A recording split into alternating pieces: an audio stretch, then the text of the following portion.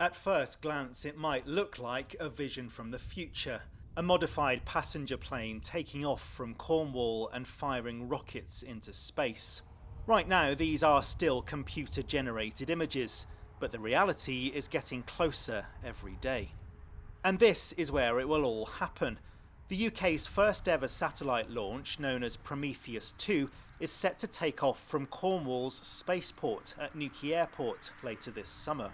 It's all go now. We're really excited. We're only a few months away from launch, and as you can see behind me, we're almost finished our new satellite integration facility where the satellites will be integrated in the rocket. So we're almost there. The infrastructure is almost ready to go, and our partners at Virgin have announced more payloads. So everything's ready to go.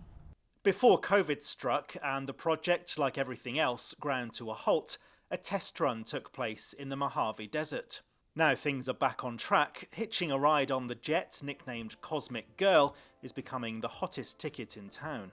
Last week, the UK government announced 2 more satellites to add to the payload, which will allow the Ministry of Defence to monitor radio signals and GPS systems.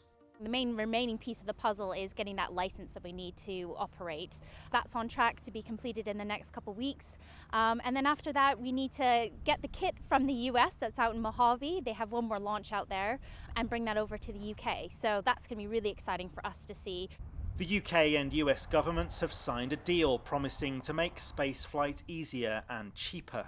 We work together quite often in space, and it will just mean that it's a lot simpler for US companies to come over here and launch, and vice versa. So it'll just make the paperwork side of everything, which tends to actually be the hardest bit out of launching to space, a lot more streamlined. Well, the race for space isn't something you would necessarily associate with sleepy old Cornwall. It might look quiet here now, but in a few months' time, the eyes of the world will be trained on Newquay as this project finally achieves liftoff. Sam Blackledge, ITV News.